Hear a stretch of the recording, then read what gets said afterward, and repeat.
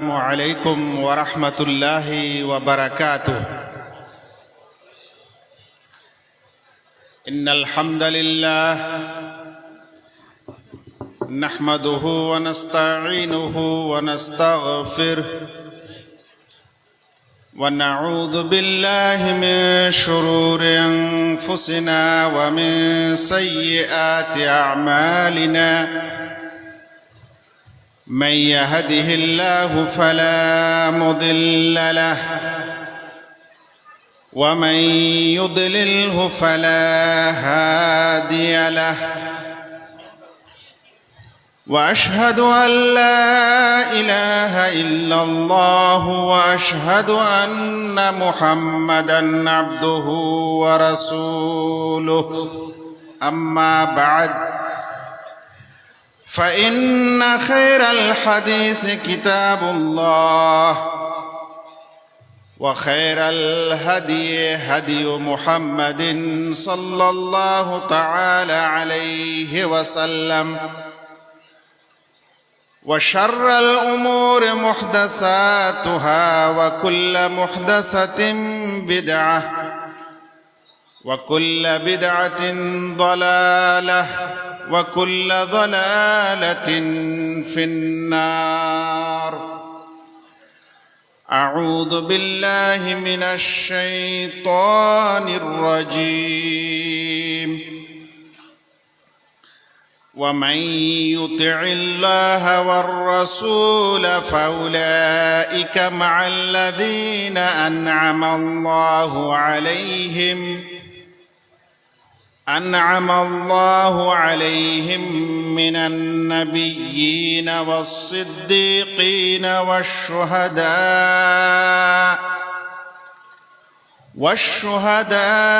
والصالحين وحسن أولئك رفيقا.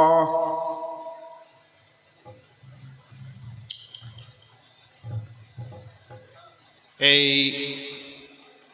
মহতী জেলা জমিয়ত আহলে হাদিস মুর্শিদাবাদের সম্মানিত সভাপতি, সেক্রেটারি এবং এই জমিয়তের সাথে জড়িত ইসলাম প্রিয় দিন দরদি ভাই সকল, মঞ্চে উপবিষ্ট ফজিলাতুল শেখ আব্দুল্লাহ সালাফি হাফিজাহুল্লাহ ওয়া তাআলা এবং এই প্রতিষ্ঠানের কর্ণধার জনাব তাজাম্মুল হক সালাফি হাফিজাহুল্লাহ এবং তাদের সাথে যারা সহযোগিতা করে থাকেন এবং এই প্রতিষ্ঠান ও জমিয়তের সাথে যারা জড়িত, আল্লাহ তাদের সকলের এই মেহনত এবং নেক আমলকে কবুল করুন, আমিন। মুর্শিদাবাদ এবং আশেপাশে থেকে আগত সম্মানিত শ্রোতাবৃন্দ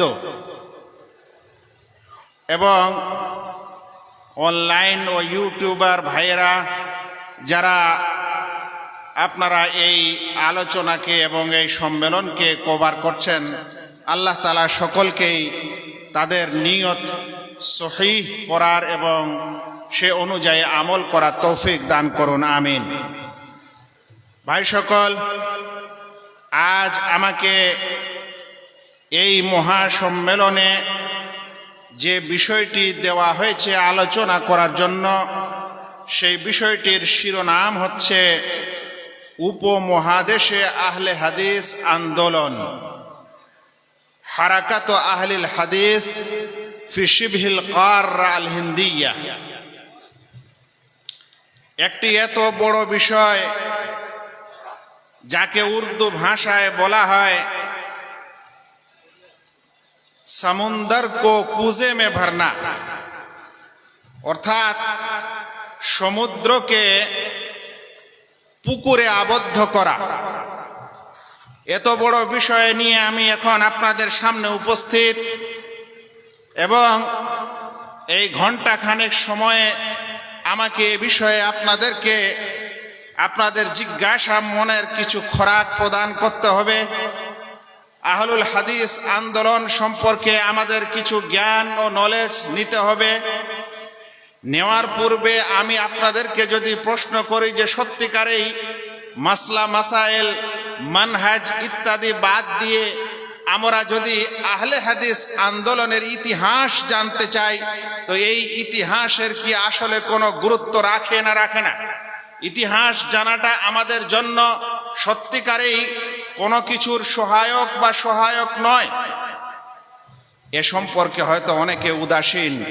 কিছু মানুষ মনে করবেন যে এই কোরআন হাদিস বাদ দিয়ে আমাদের ইতিহাস ইত্যাদি নিয়ে চর্চা করার মনে হয় কোনো প্রয়োজন নেই।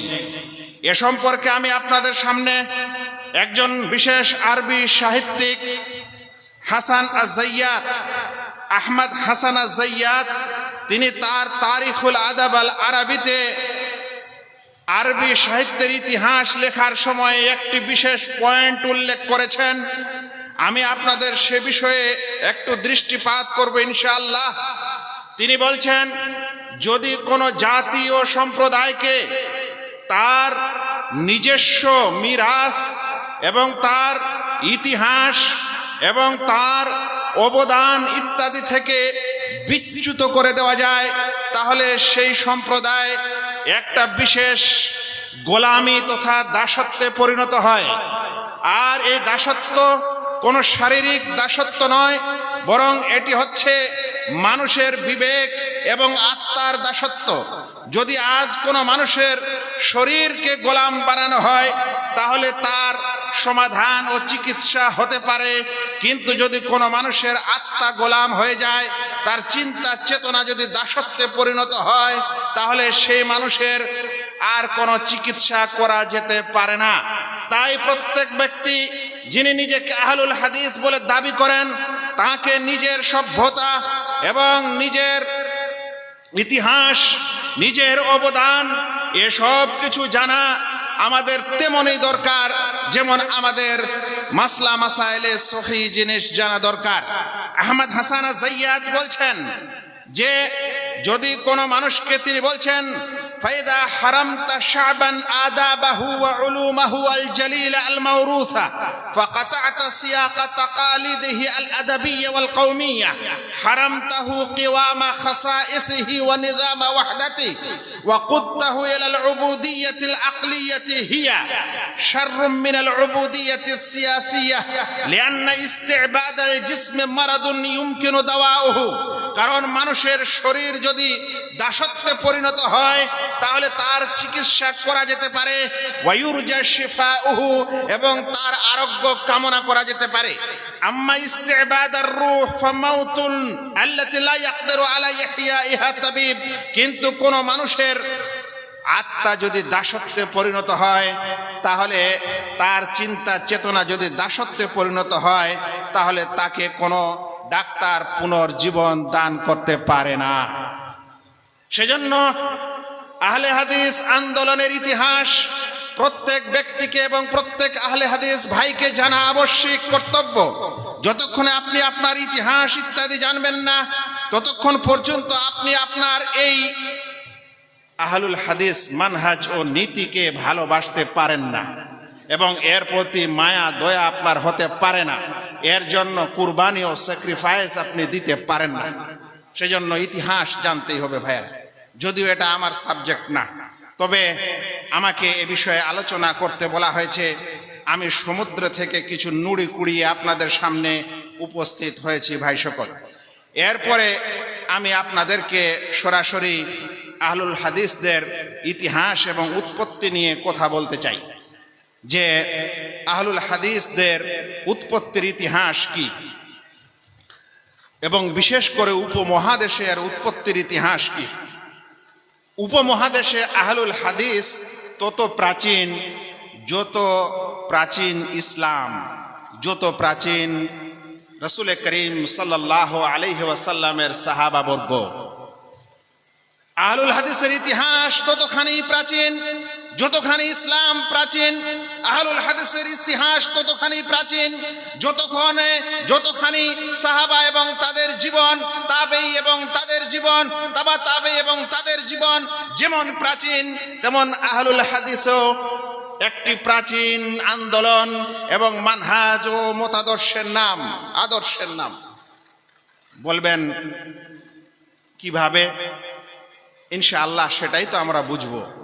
তবে তার আগে আপনাদের বলবো যে মানুষেরা যখন কেউ আমাদের এই পৃথিবীতে মানুষেরা যখন কেউ নিজেকে পরিচয় দিয়ে বলে আমি হানাফি, কিংবা বলে আমি শাফিঈ, কিংবা বলে আমি মালিকি বা হাম্বলি, তখন কিন্তু তারা এক অপরের মধ্যে কোনো আপত্তি তুলে না, এটাকে তারা অপছন্দ করে না। কিন্তু আজ যদি কোনো মুসলিম ব্যক্তি বলে আমি আহলুল হাদিস, তাহলে বাকি লোকদের শরীরে যেন 100 ডিগ্রি জ্বর চলে আসে, তাদের শরীরে যেন অ্যালার্জি শুরু হয়ে যায়। মানে মানুষ নিজেকে মুসলিম অন্য যে কোনো বিষয়ের সাথে নিজেকে সম্পৃক্ত করে যদি পরিচয় দেয়, তাহলে তাতে আপত্তির কিছু নাই। কিন্তু আহলুল হাদিস বললে মানুষের শরীরে অ্যালার্জি ইত্যাদি শুরু হয়। এটা একটা আশ্চর্য এবং দুঃখের বিষয়, এবং এমন করে জর্জরিত করা হয়, প্রশ্নবিদ্ধ করা হয় যে শুনেই মানুষকে অবাক লাগে। এরকম মানুষেরা বলে দিবে আহলুল হাদিস, এরা তো 19 শতাব্দীর পূর্বে এদের অস্তিত্বেই ছিল না। আবার কেউ বলবে এটা তো মিয়া নাজির হোসেন মুহাদ্দিস দেহলভী, যে ইংরেজদের দালাল ছিল, তার মাধ্যমে গঠিত ও তার মাধ্যমে এরা অস্তিত্ব লাভ করেছে। কেউ বলবে যে এটা সিদ্দিক হাসান ভূপালী খান, তিনি এটাকে সিদ্দিক হাসান খান ভূপালী, তিনিই এর নির্মাতা। আবার কেউ বলবে যে না, এটা শাইখুল ইসলাম ইবনে তাইমিয়া এবং ইবনুল কাইয়িম রাহিমাহুল্লাহর গোষ্ঠী। আবার কেউ বলবে যে না, আসলে এদের কোনো ইতিহাসই নেই, আর শেষমেশ আমাদেরকে জুড়ে দিবে মুহাম্মদ বিন আব্দুল ওয়াহাব রাহিমাহুল্লাহর বিশেষ সালাফি আন্দোলনের সাথে, যেটা কয়েকশো বছর আগের মাত্র একটি বিরাট বা বড় ধরনের একটি আন্দোলন ছিল। এরপর এর চাইতেও খারাপ লাগবে যদি আপনাকে বলে যে আপনি ইংরেজদের দ্বারা নির্মিত এবং আপনি আপনাদেরকে, আমাদেরকে, আহলুল হাদিসদেরকে নাকি ইংরেজ তৈরি করেছে। এতেও যখন ক্ষান্ত হয় না, তখন বর্তমান যুগে ইহুদির দালাল বলে আমাদেরকে হুৎকার দেয়।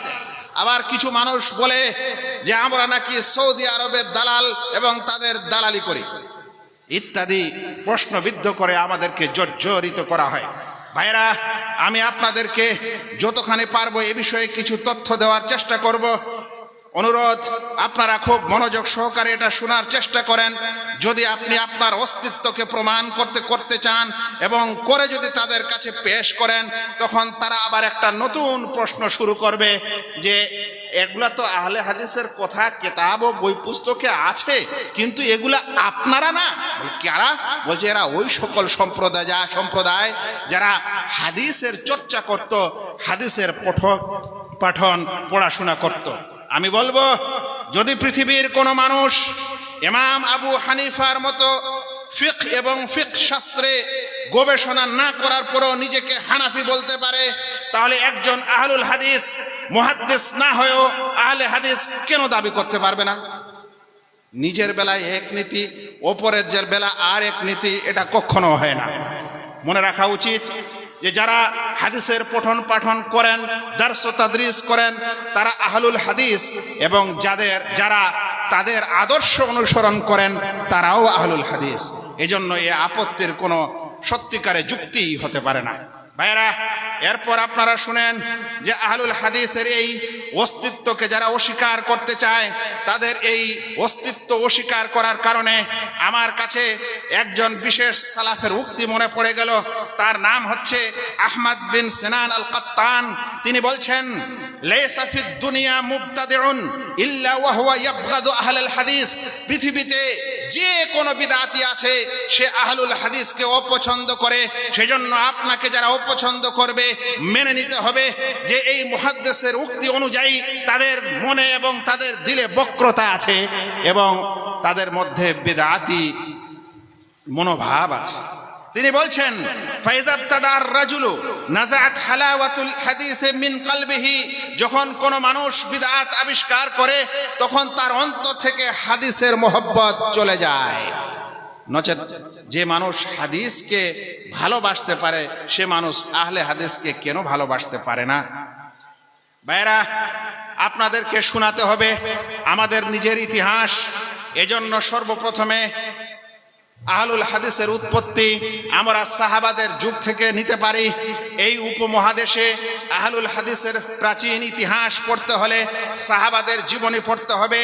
এই উপমহাদেশের সিন্ধু প্রদেশে, যেটা অবিভক্ত ভারতবর্ষের একটি বিশেষ সীমানা এবং একটি বিশেষ স্থানের নাম, সেই সিন্ধু প্রদেশে যখন এবং ভারতবর্ষের বিভিন্ন সামুদ্রিক এরিয়ায় সাহাবায়ে কেরামের আগমন ঘটে, কাজী আতহার মুবারকপুরী বিশেষ একজন ঐতিহাসিক ও লেখক, তিনি তার কিতাব রিজালুল হিন্দে ওয়াস সিন্ধে 14 জন সাহাবীর নাম উল্লেখ করেছেন যারা ভারতবর্ষের মাটিতে পা রেখেছিল। অন্যদিকে বিশিষ্ট ঐতিহাসিক ইসহাক ভাট্টি রাহিমাহুল্লাহ, তিনি তার বইতে 25 জন সাহাবীর নাম উল্লেখ করেছেন যারা ভারতবর্ষে নিজের পা রেখেছিলেন। তিনি তার বিস্তারিত বর্ণনা দিতে গিয়ে বলছেন, এই সাহাবাদের আগমন ভারতবর্ষে শুরু হয়ে যায় উমর রাদিয়াল্লাহু তাআলা আনহুর যুগে। তার যুগে 12 জন সাহাবী এই হিন্দুস্তানে আগমন করেন। তারপর উসমান রাদিয়াল্লাহু তাআলা আনহুর যুগে 5 জন আসেন। তারপর আলী রাদিয়াল্লাহু তাআলা আনহুর যুগে 3 জন আসেন। তারপর মুআবিয়া রাদিয়াল্লাহু তাআলা আনহুর যুগে 4 জন আসেন। আশ্চর্যের বিষয়, মুআবিয়া পুত্র ইয়াজিদের যুগেও 1 জন সাহাবী এই ভারতবর্ষে চলে আসেন। শুনেন, এ সম্পর্কে একজন বিশেষ বিচক্ষণ লেখক এবং গবেষক এবং মুফতি এবং ফাকিহ, তিনি হচ্ছেন হানাফি, তার নাম হচ্ছে আবু ইউসুফ রাহিমাহুল্লাহ। তার একটি বিশেষ বই আছে যার নাম হচ্ছে কিতাবুল খারাজ। এই কিতাবুল খারাজে তিনি জোহরির সূত্রে বর্ণনা করছেন, ইন্না ইফরিকিয়াতা ওয়া খুরাসান ওয়া বাদুস সিন্ধে উফতুতিহাত ফি জামানে উসমান রাদিয়াল্লাহু তাআলা আনহু, যে আফ্রিকা মহাদেশ এবং খোরাসান এবং সিন্ধু প্রদেশের কিছু অংশ উসমান রাদিয়াল্লাহু তাআলা আনহুর যুগে বিজয় লাভ করে। তাহলে সাহাবায়ে কেরামের একটি বড় দল তাদের যুগেই হিন্দুস্তানে এসেছিল এবং হিন্দুস্তানে তারা পদার্পণ করেছিলেন। বলবেন, এতে আমাদের আহলুল হাদিসের সম্পর্কটা কি? এতে আমাদের আহলুল হাদিসের সম্পর্ক হলো যে সেই যুগে এখনো কিন্তু পৃথিবীতে কোনো মাযহাবের আবিষ্কার হয়নি, মাযহাবের আইম্মা এবং ইমামদের জন্ম হয়নি। না হয়েছিল ভাইরা? কেন বুঝেন? ওই জন্য বলছিলাম, একটু ভালো করে শুনেন। যেই সময় সাহাবায়ে কেরাম হিন্দুস্তানে এসেছিলেন ওই সময় কোনো ফিকহি মাযহাব তো দূরের কথা, সেই মাযহাবের ইমামের জন্ম হয়নি। আপনারা শুনে নিন, ইমাম আবু হানিফা রাহিমাহুল্লাহ, তার জন্ম 80 হিজরিতে, মৃত্যু 150 হিজরিতে। ইমাম মালিক রাহিমাহুল্লাহ জন্ম 93 হিজরিতে, তার মৃত্যু 179 হিজরিতে। ইমাম শাফি রাহিমাহুল্লাহ জন্ম 150 হিজরিতে, মৃত্যু 204 হিজরিতে। ইমাম আহমদ রাহিমাহুল্লাহ 164 হিজরিতে তার জন্ম এবং 241 হিজরিতে তার মৃত্যু। ভারতবর্ষের হানাফি ভাইয়েরা আমাদেরকে কটাক্ষ করেন, কিন্তু আমরা এখান থেকে বলতে পারি যে এমনও এক যুগ ছিল যখন পৃথিবীতে কোনো হানাফিও ছিল না এবং হানাফির ইমামও ছিল না। তখন ছিল সাহাবায়ে কেরাম রাদিয়াল্লাহু তাআলা আনহুম। তাই তারা না তো মুকাল্লিদ ছিলেন, না তো কোনো মাযহাবের উপর ছিলেন। যেমন আহলুল হাদিসেরা কারো তাকলিদও করে না এবং কোনো বিশেষ এক মাযহাবের উপরও থাকে না, বরং আহলুল হাদিসের আদর্শ হলো কিতাব ও সুন্নাত ওইভাবেই বুঝা যেইভাবে সাহাবায়ে কেরাম রাদিয়াল্লাহু তাআলা আনহুম বুঝেছিলেন। আল্লাহু আকবার। এরপরে যদি আপনি আরো এই ইতিহাস পড়েন তাহলে দেখতে পাবেন যে সাহাবায়ে কেরামের পর তাবেঈনের একটি বড় দল এই ভারতবর্ষে আগমন তাদের ঘটেছিল।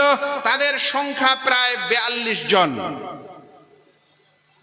আর সেই সকল তাবেঈর মধ্যে মুহাম্মদ বিন কাসিম আস-সাকাফি রাহিমাহুল্লাহ, তিনি ওই ব্যক্তিত্ব যাকে গভর্নর হাজ্জাজ বিন ইউসুফ সিন্ধু প্রদেশের রাজা দাহেরের সঙ্গে যুদ্ধ করার জন্য প্রেরণ করেছিল।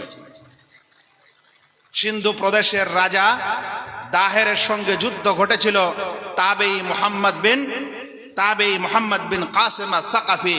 শুনে আশ্চর্য হবেন, হাজ্জাজ বিন ইউসুফ একজন অত্যাচারী বাদশা ছিলেন বটে, কিন্তু ভারতবর্ষের মানুষের উপর তার এটা একটা বিরাট কৃতিত্ব যে তার অভিযানের কারণে বা তার গভর্নরের বিশেষ দায়িত্বের সময় তিনি মুহাম্মদ বিন কাসিম আস-সাকাফিকে হিন্দুস্তানের সিন্ধু প্রদেশে রাজা দাহেরের সঙ্গে বিশেষ কিছু ঝামেলার কারণে সেখানে তিনি তাকে প্রেরণ করেছিলেন।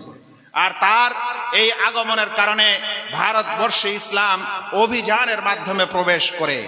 ভাইরা, এখন আবারও আমি প্রশ্ন করতে চাই যে এটা ঘটেছিল 93 হিজরিতে এটা ঘটেছিল।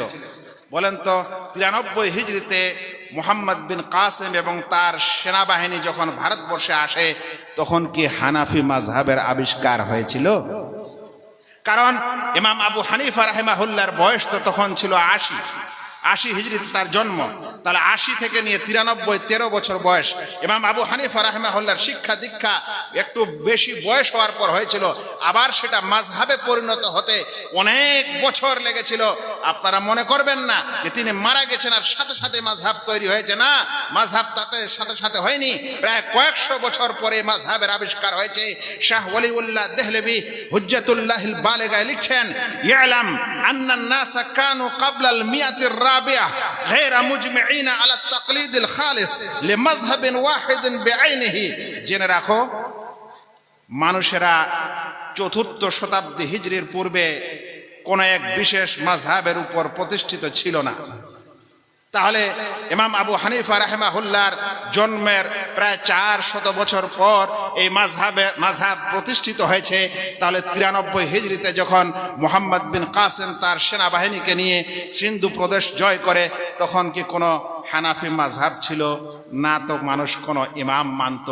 তাহলে ওই সকল তাবেঈনদের যেটা মানহাজ এবং তারা যেভাবে ইসলামকে সাহাবাদের কাছ থেকে শুনে মেনেছিলেন এবং সাহাবারা রাসূল করিম সাল্লাল্লাহু আলাইহি ওয়াসাল্লামের কাছ থেকে মেনেছিলেন, যাদের মধ্যে বিশেষ কোনো নিয়ম নীতি তাকলিদ ইত্যাদি ছিল না, সেই সুন্দর নিয়মেই তো আমরা আহলুল হাদিসরা জীবন যাপন করি এবং করার চেষ্টা করি। ভাইরা, এরপরে যদি আপনি শুনতে চান, তারপরে মনে রাখতে হবে যে এই সাহাবা তাবেঈন ও তাবা তাবেঈন এরকম করতে করতে আমাদের ভারতবর্ষে আহলুল হাদিসের আগমন ঘটে এবং বিস্তার লাভ করতেই থাকে। কিন্তু দুঃখের বিষয় যে আজকাল কিছু মানুষ আমাদেরকে এ বলে কটাক্ষ করতেই থাকবে যে 49 শতাব্দীর পূর্বে কোনো আহলুল হাদিস ছিল না। চ্যালেঞ্জ ছুড়ে আবার কেউ বলবে, আপনারা যদি চ্যালেঞ্জ নিতে পারেন তাহলে দেখান কোনো বই পুস্তকে যে 49 শতাব্দীর পূর্বে কোনো আহলুল হাদিসের বর্ণনা এসেছে বা তাদের কোনো বই আছে বা তাদের কোনো পুস্তক আছে ইত্যাদি অপবাদ আমাদেরকে দিয়ে থাকে। তাই এই পয়েন্ট এর সম্পর্কে আমাকে 2-3টি কথা আপনাদের বলতেই হবে। যদি আজ এই 49 শতাব্দীর পূর্বের কোনো বইয়ের কথা আমি বলি, যে বইটা আমাদের আহলুল হাদিসের আলেম ওলামা লিখেছেন, তাহলে তারা আবার একটা অন্য কোনো আপত্তি করতে পারে। কিন্তু আমি এখন আপনাদের সামনে স্বয়ং তাদেরই একটি বিশেষ ফিকহের বই এবং খুবই নন্দিত বই এবং খুবই তাদের কাছে বিশ্বস্ত বই, এরকম একটি গ্রন্থের কোটেশন আপনাদের কাছে শুনে পড়াই। দেখবেন সেই সময় আহলুল হাদিসের বর্ণনা কিভাবে তাদের স্বয়ং বইতে এবং গ্রন্থে দেওয়া হয়েছে। শুনেন একটি ঘটনা, তাদের বিশিষ্ট বই যার নাম হচ্ছে রাদ্দুল মুখতার শারহুদ দুররিল মুখতার, খণ্ড 3, পৃষ্ঠা 1393 এবং 94, ইবনু আবেদিন আশ-শামী, যাকে ফতোয়ায়ে শামী বলা হয়, সেই বইতে সেই গ্রন্থে একটি ঘটনা উল্লেখ হয়েছে। ভাইয়েরা শুনেন, তিনি লিখছেন, হুকিয়া আন্না রাজুলাম। আমি আশ্চর্য হয়েছিলাম এই তথ্য যখন পড়েছিলাম। ওই সময় আমি সৌদি আরবে দাওয়াতের কাজ করছিলাম। আমি তৎক্ষণাৎ আমার লাইব্রেরিতে বইকে নিয়েছিলাম, নেওয়ার পর খুঁজে সেখানকার এডিশন অনুযায়ী এই তথ্য স্বয়ং খুঁতে আমি পড়েছিলাম এবং সেই কোটেশন আমি নোট করেছিলাম। শুনেন, সেই বইতে লেখা হচ্ছে, হুকিয়া আন্না রাজুলান মিন আসহাবি আবি হানিফাতা খাতাবা ইলা রাজুলিন মিন আসহাবিল হাদিস ইবনাতা। বলছেন যে বর্ণনা করা হয় একজন ব্যক্তি আবু হানিফার অনুসারী, তিনি একজন আহলুল হাদিস বা হাদিসের অনুসারী ব্যক্তিকে তার মেয়েকে বিবাহ করার জন্য প্রস্তাব দেয়। কে কাকে প্রস্তাব দেয়? একজন হানাফি ব্যক্তি আহলুল হাদিস ব্যক্তির মেয়েকে বিবাহ করার জন্য প্রস্তাব দেয়। আর এই ঘটনা ঘটে ফি আহদে আবি বকর আল জুজজানি। কাজী আবু বকর সেই যুগের যারা চিফ জাস্টিস হতেন, সেই কাজী আবু বকর আল জুজজানির যুগে এরকম একটি ঘটনা ঘটে। ফাআবা ইল্লা আন ইয়াতরুকা মাযহাবাহ। আহলুল হাদিসের বাচ্চা কোনোদিনই মাথা নত করে না। সে সেই সময় তাকে বলেছিল যে না, আমি আমার মেয়েকে তোমার সাথে বিয়ে দিতে পারি না যতক্ষণে তুমি তোমার মাযহাবকে বর্জন না করো। কি বলছেন? ফাআবা ইল্লা আন ইয়াতরুকা মাযহাবাহ। যারা আপনারা আরবি জানেন অর্থটা বুঝবেন যে তিনি ইনকার করলেন, অস্বীকার করলেন, কিন্তু এই শর্তে যে তুমি তোমার মাযহাব বর্জন করবে, হানাফি মাযহাব বর্জন করবে। ফায়াকরাউ খালফাল ইমাম, ইমামের পিছনে তুমি সূরা ফাতিহা পড়বে, যেটা আমাদের একটা বাহ্যিক আমল। ওয়াইয়ারফাউ ইয়াদাইহি ইনদাল ইনহিনা, আর রুকুতে যাওয়ার সময় তুমি রাফুল ইয়াদাইন করবে। ওয়া নাহওয়া যালিকা, এরকম কিছু কথা তিনি সেই হানাফি প্রস্তাবদাতাকে বললেন। অতঃপর ফাআজাবাহু ফাজাওয়াজা, সেই ব্যক্তি এই শর্তগুলোকে কবুল করেছিল এবং তারপরে আহলুল হাদিসের সেই বীর পুরুষ এবং বীর বাবা তার মেয়ের বিবাহ সেই নব আহলুল হাদিসের সঙ্গে দিয়েছিল। এই ঘটনা কোথায় উল্লেখ হয়েছে? এটা কোনো আহলুল হাদিসের বইতে উল্লেখ হয়নি, এটা কোনো অন্য সম্প্রদায়ের বইতে উল্লেখ হয়নি। এটা খোদ হানাফি মাযহাবের দুররে মুখতারে বর্ণিত হয়েছে, যেটা হলো শারহুদ দুরুল মুখতার। রুরুল মুখতারের শারাহ রাদ্দুল মুখতারে এই ঘটনা বর্ণনা হয়েছে। ভাইয়েরা, তাহলে কিভাবে আপনি বলতে পারেন যে আহলুল হাদিস ঊনবিংশ শতাব্দীর পূর্বে এদের কোনো অস্তিত্বই ছিল না? এখানে মজার বিষয় হচ্ছে, তারা যে বলছে যারা হাদিসের পঠন পাঠন করে তাদেরকে আহলুল হাদিস বলা হয়। বলেন তো, একজন গ্রামের সাধারণ মানুষ কে এই লেখক ও গবেষক আসহাবুল হাদিস বলেছেন, তিনি তো কোনো মুহাদ্দিস ছিলেন না, তারপরেও তাকে কেন আহলুল হাদিস বলে আখ্যা দেওয়া হয়েছে? ভাইয়েরা শুনেন, মজার বিষয়, এই ঘটনা এসেছে কাজী আবু বকর আল জুজজানির যুগে ঘটনা ঘটেছিল। এই কাজী আবু বকর আল জুজজানি তিনি তৃতীয় শতাব্দী হিজরির কাজী ছিলেন। আমি সাহাবা ও তাবেঈনের কথা ইতিপূর্বে আলোচনা করেছি। তারপরে তৃতীয় শতাব্দী হিজরির এই ঘটনা শুনছেন, মানে যুগে যুগে আহলুল হাদিসদের অস্তিত্বের কথা বলা বিরাট বড়। এই সম্মেলনে এই সমস্ত বিষয়কে যদি আলোচনা করেন তারপরও এই আহলুল হাদিস আন্দোলনের কথা শেষ হবে না। কিছু জিনিস আপনাদেরকে দিয়ে যাই। এই কাজী জুজজানি তৃতীয় শতাব্দী হিজরির তিনি একজন কাজী ছিলেন। শুনে আশ্চর্য হবেন, সেই কাজী তিনি ছাত্র ছিলেন আবু সুলাইমানের, আর আবু সুলাইমান ছাত্র ছিলেন মুহাম্মদ বিন হাসান আশ-শায়বানী রাহিমাহুল্লাহ। আর মুহাম্মদ বিন হাসান আশ-শায়বানী তিনি সরাসরি ইমাম আবু হানিফা রাহিমাহুল্লাহর শাগির্দ তথা শিষ্য ছিলেন। ঘটনাটি দেখতে পারেন আল ফাওয়ায়েদ আল বাহিয়া পৃষ্ঠা নম্বর 14। তাহলে এই চতুর্থ শতাব্দী হিজরি, তৃতীয় শতাব্দী হিজরিতে আহলুল হাদিসের তথ্য এবং কথা স্বয়ং আমরা হানাফি ভাইদের গ্রন্থ থেকেই পেয়ে থাকি। ভাইয়েরা, এরপরে একটি আরো উদাহরণ দিব। এই উদাহরণ একজন বিশেষ ভূপর্যটক এবং একজন ভূগোলবিদ, পৃথিবীর ভ্রমণকারী একজন বিশেষ পণ্ডিত, যার নাম হচ্ছে শামসুদ্দিন মুহাম্মদ বিন আহমদ আল বিশারি। আমরা আলোচনা করছি উপমহাদেশে আহলে হাদিসের অস্তিত্বকে নিয়ে। তিনি ছিলেন চতুর্থ শতকের ভূপর্যটক, চতুর্থ শতাব্দীর ভূপর্যটক, যাকে সংক্ষেপে আল মাকদেসি বলা হয়। তার মৃত্যু ঘটে 375 হিজরিতে। তার মানে চতুর্থ শতাব্দী হিজরির ঘটনা শুনেন। তিনি তার বিশেষ বই, যার নাম হচ্ছে আহসানুত তাকাসিম। এই আহসানুত তাকাসিম একটি ভৌগোলিক ভ্রমণের বিশেষ গ্রন্থ। সেই গ্রন্থের 481 পৃষ্ঠায় বলা হচ্ছে তিনি এই পৃথিবীকে ঘোরাফেরার পর যখন তিনি সিন্ধু প্রদেশে আসেন, সেই সিন্ধু প্রদেশের বর্ণনা দিতে গিয়ে, সেই লোকদের বর্ণনা দিতে গিয়ে তিনি শিরোনাম নিয়ে এসেছেন জুমালো শুউনে হাদাল ইকলিম আই আস-সিন্ধ মাযাহিবুহুম। এই সিন্ধু প্রদেশের অবস্থান এবং অবস্থা সম্পর্কে, বিশেষ করে তাদের মাযহাব সম্পর্কে তিনি আলোচনার শিরোনামে বলছেন আকসারুহুম আসহাবু হাদিসিন। এইখানকার, এই দেশের, এই প্রদেশের অধিকাংশ মানুষেরাই হচ্ছে হাদিস অনুসারী। তারপরে তিনি বলছেন এই প্রদেশে আমি রাআইতুল কাযী আবা মুহাম্মদ আল মানসুরি দাউদিয়ান, একজন কাজীকে দেখেছিলাম যার নাম আবু মুহাম্মদ আল মানসুরি। তিনি জাহেরি মাযহাব ইমাম আবু দাউদের তিনি অনুসারী ছিলেন, মানে জাহেরি মাযহাবের লোকও তিনি দেখেছিলেন, আর অধিকাংশ মানুষকে তিনি আহলে হাদিস পেয়েছিলেন। বলেন তো এই মাকদেসি কি আসলে কোনো মুহাদ্দিস, না তিনি একজন ভূপর্যটক? তিনি যখন বর্ণনা দিচ্ছেন তখন এই বর্ণনাটা ঊনবিংশ শতাব্দীর পূর্বে নয় কি?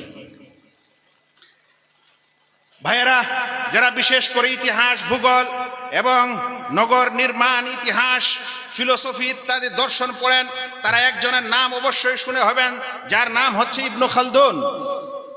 ইবনু খালদুন আমাদের মুসলিম পণ্ডিতদের মধ্যে অনন্য পণ্ডিত, এবং তিনি যে সকল তথ্য এবং যে সকল বিষয়ের বর্ণনা তার মোকদ্দমায় দিয়েছেন, সেটা প্রত্যেক জ্ঞানী গুণী মুসলিমকে পড়া উচিত। তিনি সেখানে ফিকহ এবং হাদিসের বিশেষ রূপরেখা বর্ণনা করতে গিয়ে বলছেন ওয়ান কাসামাল ফিকহু ফিহিম ইলা তারিকাতাইন। ওই সময় ফিকহ দুই ভাগে, দুই তরিকায়, দুই পদ্ধতিতে বিভক্ত হয়। তারিকাত আহলির রায় ওয়াল কিয়াস, রায় এবং কিয়াসের তরিকা, ওয়াহুম আহলুল ইরাক, আর তারা ছিল ইরাকবাসী, ওয়া তারিকাত আহলিল হাদিস, আর আহলুল হাদিসদের তরিকা ও পদ্ধতি, ওয়াহুম আহলুল হিজাজ, আর তারা ছিল হেজাজবাসী, ওয়া কানাল হাদিসু কালিলান ফি আহলিল ইরাক, আর ইরাকবাসীদের কাছে হাদিসের সংখ্যা খুব কম ছিল। আপনি দেখতে পারেন মুকদ্দমা ইবনে খালদুন 272 পৃষ্ঠায়। বলেন তো এই 1800 শতাব্দীর পূর্বে ইবনু খালদুন কিভাবে আহলুল হাদিসের নাম তার মুকদ্দমায় এবং বিশেষ গ্রন্থে উল্লেখ করছেন? আসলে কথা হলো, যাকে দেখতে নারী তার চলন বাঁকা, মানে আহলুল হাদিসকে বরদাস্তই করা যাবে না, সেই জন্য তার অস্তিত্বই স্বীকার করা হবে না। এই জন্য বিভিন্ন কথা এবং তির্যক প্রশ্ন করে আমাদেরকে প্রশ্নবিদ্ধ করে জর্জরিত করার চেষ্টা করা হবে। এগুলো কখনোই কাম্য নয়। একজন জ্ঞানী গুণী ব্যক্তির এগুলো কখনোই কাম্য হতে পারে না। ভাই সকল, উপমহাদেশে আহলুল হাদিস আন্দোলনের মাত্র 2-4টি কোটেশন বলে আমি আপনাদেরকে নিয়ে যেতে চাই ভারতবর্ষের একটি হানাফি পরিবার। যেই হানাফি পরিবার, তাদেরকে মানুষ হানাফি নামে চিনে, কিন্তু আমরা আহলুল হাদিসরা গর্বের সাথেও সেই পরিবারের সাথে নিজেকে সম্পৃক্ত করতে গর্ববোধ করি। কারণ তারা কোনো এক সময় যদিও হানাফি ছিলেন, কিন্তু তাদের নীতি ও মানহাজে তারা আহলুল হাদিসের বহু নীতি অবলম্বন করেছিলেন। সেই পরিবারকে বলা হয় ওলিউল্লাহ পরিবার। শাহ ওলিউল্লাহ দেহলভী রাহিমাহুল্লাহ, তিনাকে আমরা কেন আহলুল হাদিসরা স্মরণ করি শুনেন। তিনি 11 ফেব্রুয়ারি 1703 খ্রিস্টাব্দে তার জন্ম, যে সময় ষষ্ঠ মুঘল বাদশাহ ঔরঙ্গজেব ভারতবর্ষের বাদশাহ ছিলেন। সেই ওলিউল্লাহি ফ্যামিলি তাদের চিরচরিত হানাফি মাযহাবের বহু কিছুকে প্রত্যাখ্যান করেছিলেন। তার মধ্যে তার হুজ্জাতুল্লাহিল বালেগায় আল উসুল আত-তিসআ 9টি নীতি এর আলোচনা আছে। এই 9টি নীতিতে সম্পূর্ণ আহলে হাদিসের অবস্থান তিনি অবলম্বন করেছিলেন। 1 নম্বর, তিনি কিরাআতুল ফাতিহা খালফাল ইমাম, ইমামের পিছনে সূরা ফাতিহা পড়াকে তিনি বৈধ বলতেন। ওয়া রাফুল ইয়াদাইন, আর তিনি 2 হাত উত্তোলনকে তিনি বৈধ বলতেন। অনুরূপ তিনি 1 রাকাত বিতির পড়াকে জায়েজ মনে করতেন, যেটা আহনাফরা করত না। অনুরূপ ওই যুগে গ্রামে গঞ্জে জুমা নেই, এটা আহনাফদের ফতোয়া ছিল। তিনি বলেছিলেন সব জায়গায় জুমা হবে যদি জুমার শর্ত থাকে। অনুরূপ ঈদের নামাজে 12 তকবীর এবং 6 তকবীরের যে আপনারা এখনো ইখতিলাফ শুনেন, শালি শাহ ওয়ালিউল্লাহ দেহলভী তিনি এই 12 তকবীরকে সাপোর্ট করতেন এবং তারই বংশধরের মানুষ তাকওয়াতুল ঈমান লিখেছিলেন। তারই ঔরসের মানুষ 2 শহীদের বিশেষ আন্দোলন যেটাকে তাহরিকে শহীদাইন বলা হয়, তার বংশধর থেকেই উঠে এসেছিল এবং তারা দিল্লির মসনদে এবং জামা মসজিদের স্থানে তারা হাদিসের দার্স পঠন পাঠন শুরু করেছিলেন। সেজন্য ভারত উপমহাদেশে আহলুল হাদিসদের উৎপত্তির এটা একটা গোড়াপত্তন হিসাবে ধরা হয় এবং এরপরে একটি এমন যুগ আসে যেই যুগটা সাংগঠনিক যুগ এবং সাংগঠনিক রূপ নেয়। আমাদের ভারতবর্ষের আহলুল হাদিসরা এবং উপমহাদেশের আহলুল হাদিসগণ সাংগঠনিক রূপরেখায় জীবন যাপন করতে শুরু করেন 1314 হিজরি মোতাবেক 1906 খ্রিস্টাব্দে, যখন শেখুল ইসলাম আবুল ওয়াফা সানাউল্লাহ অমৃতসরি রাহিমাহুল্লাহ নেতৃত্বে অল ইন্ডিয়া আহলে হাদিস কনফারেন্স নামকরণ করে আহলুল হাদিসরা একটি বিশেষ সংগঠন বা বলতে পারেন বিশেষ এক সংঘের ছায়াতলে আবদ্ধ হয়। কিন্তু এটা ঘটনা ঘটেছিল 1906 সালে। 1947 সালে ভারতবর্ষ স্বাধীন হয়ে গেল। হওয়ার পর এই অল ইন্ডিয়া আহলে হাদিস কনফারেন্স আবার বিভক্ত হলো, ভারতবর্ষে আবার একটি সংগঠন হলো। আবার পূর্ব পাকিস্তান সেই সময় ছিল না, পাকিস্তান পিরিয়ড, সেখানে আহলে হাদিসের বিশেষ সংগঠন হলো।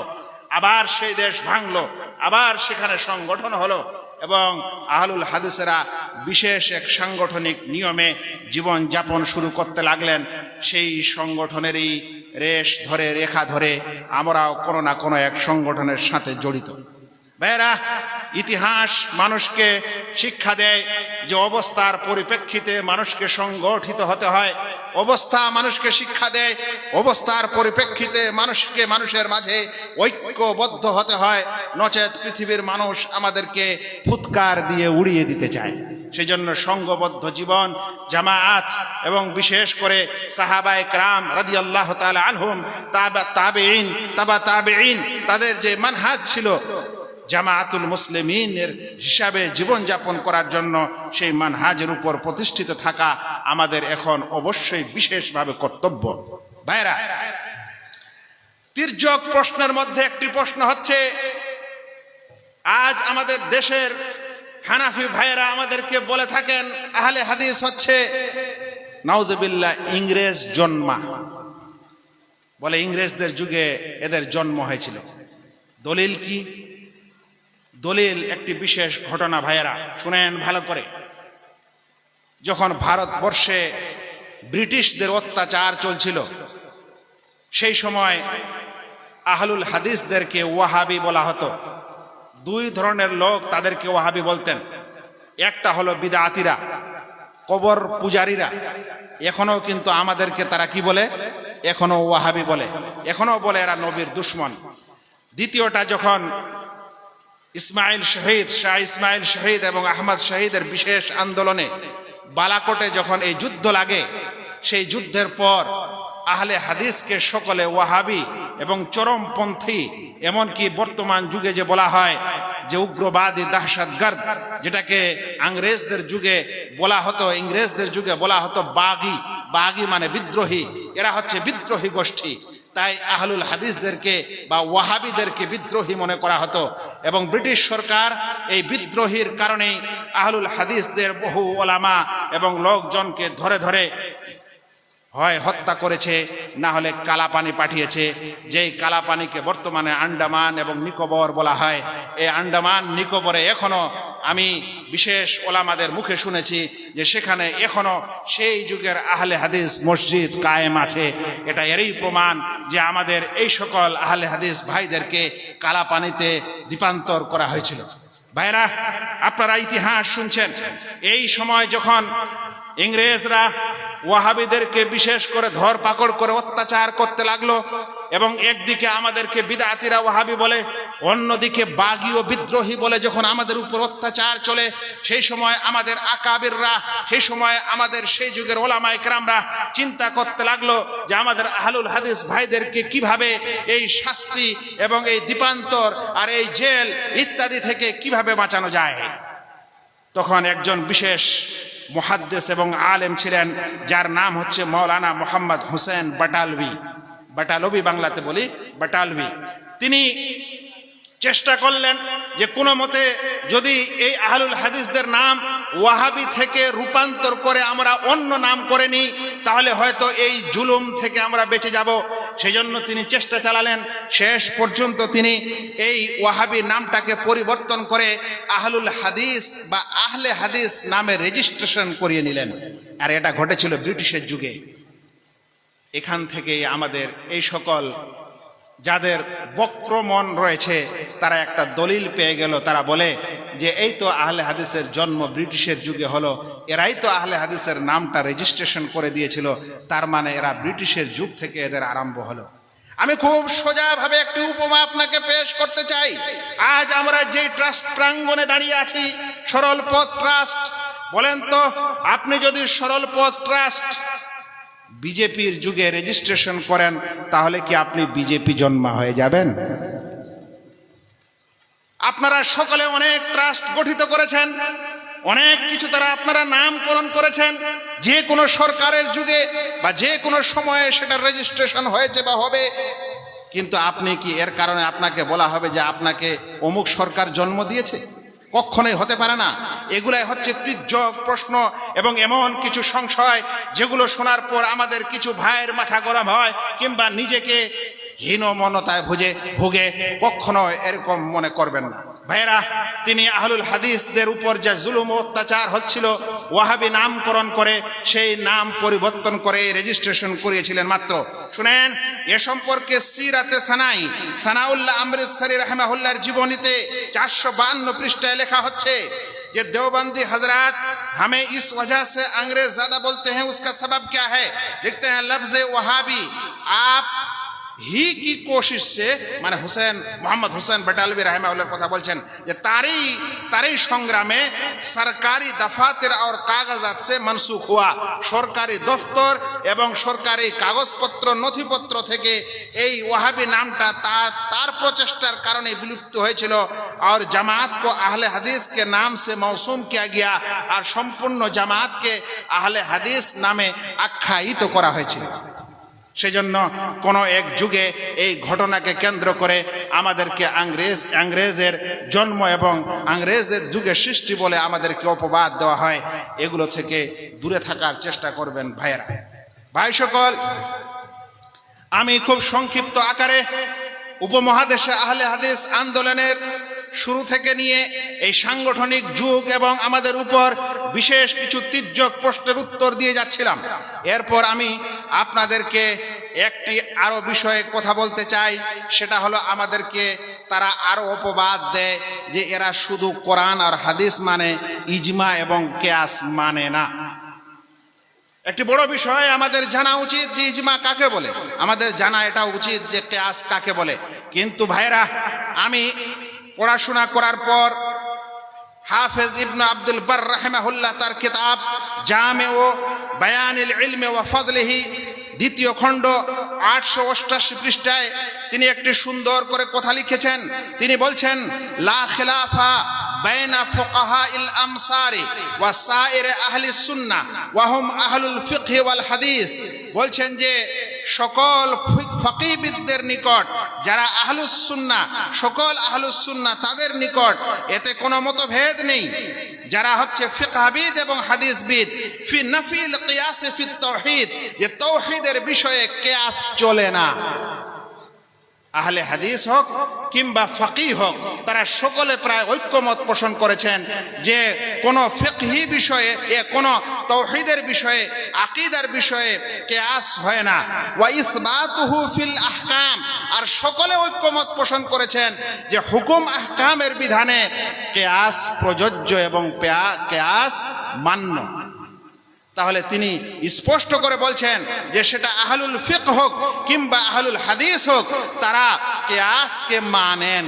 কিন্তু মনে রাখবেন আহলুল হাদিসরা যেখানে নাস থাকে সেখানে কিয়াস মানেন না। লা কিয়াস মান নাস, যেখানে নাস মানে দলিল প্রমাণ স্পষ্ট সেখানে কিন্তু তারা কিয়াস মানে না। কিন্তু অন্য সম্প্রদায়কে দেখা যায় দলিল থাকার পরেও তারা সেখানে কিয়াস করে থাকে। সেজন্য এই অপবাদ নিরসন হওয়া উচিত এবং এ সম্পর্কে আমাদের বিভিন্ন আলোচনা করা উচিত।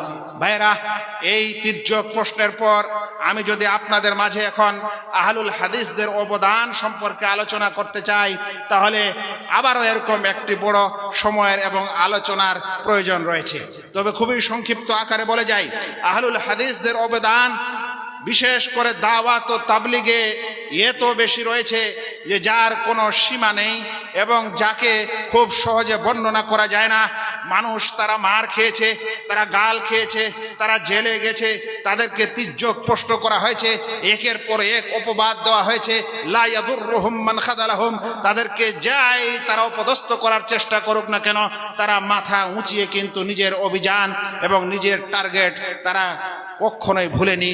তারা কিন্তু এই সংগ্রাম চালিয়ে গেছে। ভাইরা, আহলুল হাদিসদের অবদান ভারতবর্ষের স্বাধীনতায় বিরাট অবদান। যেই অবদানকে আমরা যদি স্বয়ং ভুলে যাই তো কিছু করার নেই। ওলামায়ে সাদেকপুরের অবদান, যেটাকে পাটনা বলা হয়, সেখানকার আহলে হাদিস ওলামাদের অবদান এত বেশি যা আমি এখানে কিছু বলতেই পারার সময় নেই। আমি আপনাকে এতটুকুই বললাম যে আন্ডোমান নিকোবরের দ্বীপগুলো আমাদের জন্য সাক্ষী দেয় যে এখানে আহলে হাদিস মসজিদ কিভাবে নির্মাণ হয়। ভাইরা, আপনারা যদি বিশেষ করে বিদআতি সংশয় এবং বিদআতি ফিরকার উপর রদ বা খণ্ডন দেখতে চান, তাহলে এর খণ্ডন আহলুল হাদিসরা সব সময় সব যুগে করে এসেছে।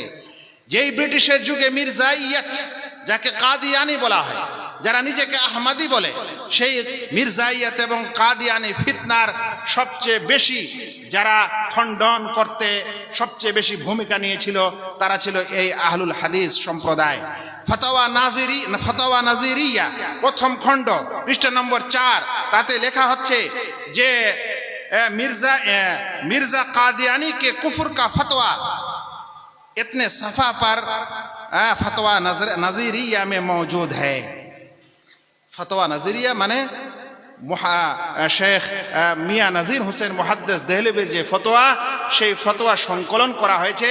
সেই ফতোয়াতে মির্জা গোলাম আহমদ কাদিয়ানিকে সর্বপ্রথম যারা কাফের বলে ঘোষণা দিয়েছিল সেটা ছিল এই আহলে হাদিস ওলামারা। কিন্তু দুঃখের বিষয়, আমাদের এই ক্রেডিট চুরি করে মাযহাবী মানুষেরা নেওয়ার পর নিজে বড় বড় কনফারেন্স এবং সেমিনার করে এবং তারা বলে আমরা হুকুমতের কাছে এই কাদিয়ানিরা কাফের, এর জন্য আমরা আইন চাই। আচ্ছা, রাষ্ট্রীয়ভাবে কারো কুফরির আইন যদি না থাকে তাহলে কি কুফর প্রমাণিত হয় না? মানে কেউ যদি আজ দুনিয়াতে শিরক করে তাহলে কি সরকারকে হুকুম লাগাতে হবে যে তুমি মুশরিক?